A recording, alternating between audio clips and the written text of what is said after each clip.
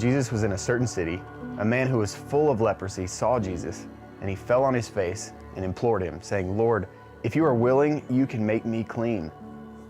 Then he put out his hand and touched him, saying, "I am willing. Be cleansed." Immediately the leprosy left him. And Jesus sternly charged him, "See that you say nothing to anyone, but go, show yourself to the priest, and offer for your cleansing the gift that Moses commanded, for a proof to them." But he went out and began to talk freely about it and to spread the news, so that now even more of the report about him went abroad. Leprosy is a nasty skin disease. It's a long-term infection that sometimes would produce symptoms for up to 20 years. Symptoms include inflammation of the nerves, respiratory tract, skin, and eyes. Weakness and loss of eyesight was common in extreme cases. People in the late stages of leprosy lacked the ability to feel pain, which could result in the loss of body parts due to repeated injuries or infection due to unnoticed wounds. Leprosy is spread between people through a cough or through contact with fluid from the nose of an infected person. To prevent the spread of this disease, leper colonies were set up to quarantine people with leprosy. If a man with leprosy had to come to the city, the law required him to cry out, "Unclean, unclean," in order for everyone within a 150-foot radius to back away and clear the area. Imagine yourself as a leper for a moment. When you walk into a crowded area, you have to shout out, "Unclean, unclean," and wait for everyone to look at you, realize what's wrong with you, and then back away from you in horror. What would that do to your self-esteem? After years of calling yourself unclean, you would believe it to be true. And you would not be the only one to believe that. Jewish rabbis believed that leprosy was a direct judgment from God. In fact, the word leprosy means smitten. They felt that those who had leprosy were being judged by God and therefore must be sinful people. The text says that this man was full of leprosy, implying that his symptoms were severe. And yet he had the audacity to approach Jesus, breaking all the rules by going right through the people to kneel at his feet. This man had no doubt in Jesus' ability to heal him of his disease. The man's cry to Jesus was, "Lord, if you are willing, you can make me clean." There's a reason that out of the thousands of lepers in the region, only one walked away healed. Only one had the courage and tenacity to approach Jesus and ask, "Will you heal me?" Jesus could have said, "Be healed," from across the crowd, and this man with puffy skin and oozing sores would have been healed.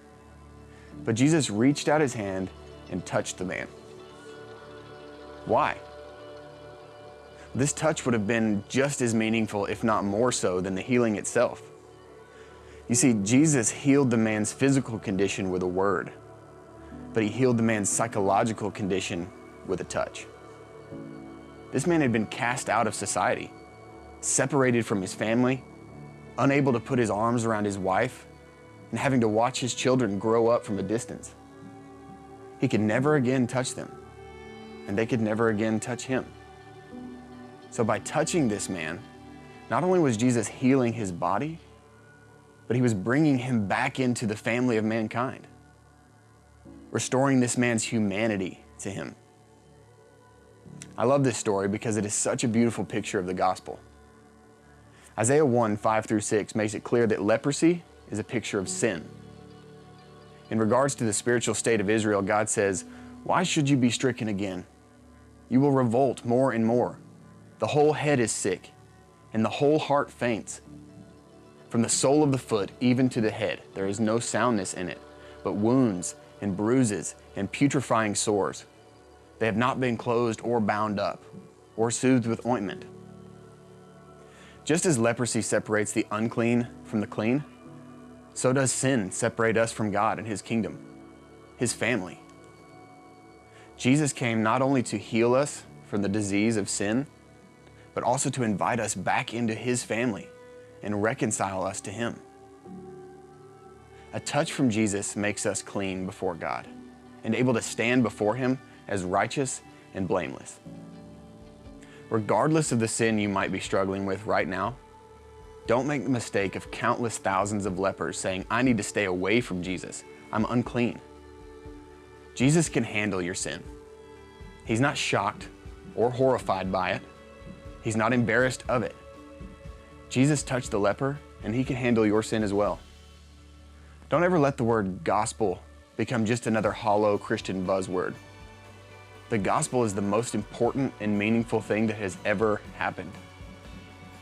The creator of the universe entered his creation as a man so that he could touch your life and make you clean. He became the very disease that separated you from him and took it to the grave through his own death so that you could be reunited with him and rejoin the family that you were cast out of. When reading passages of scripture like this one, rejoice in the fact that it cost you nothing to be healed, but be humbled by the fact that it cost him everything to heal you.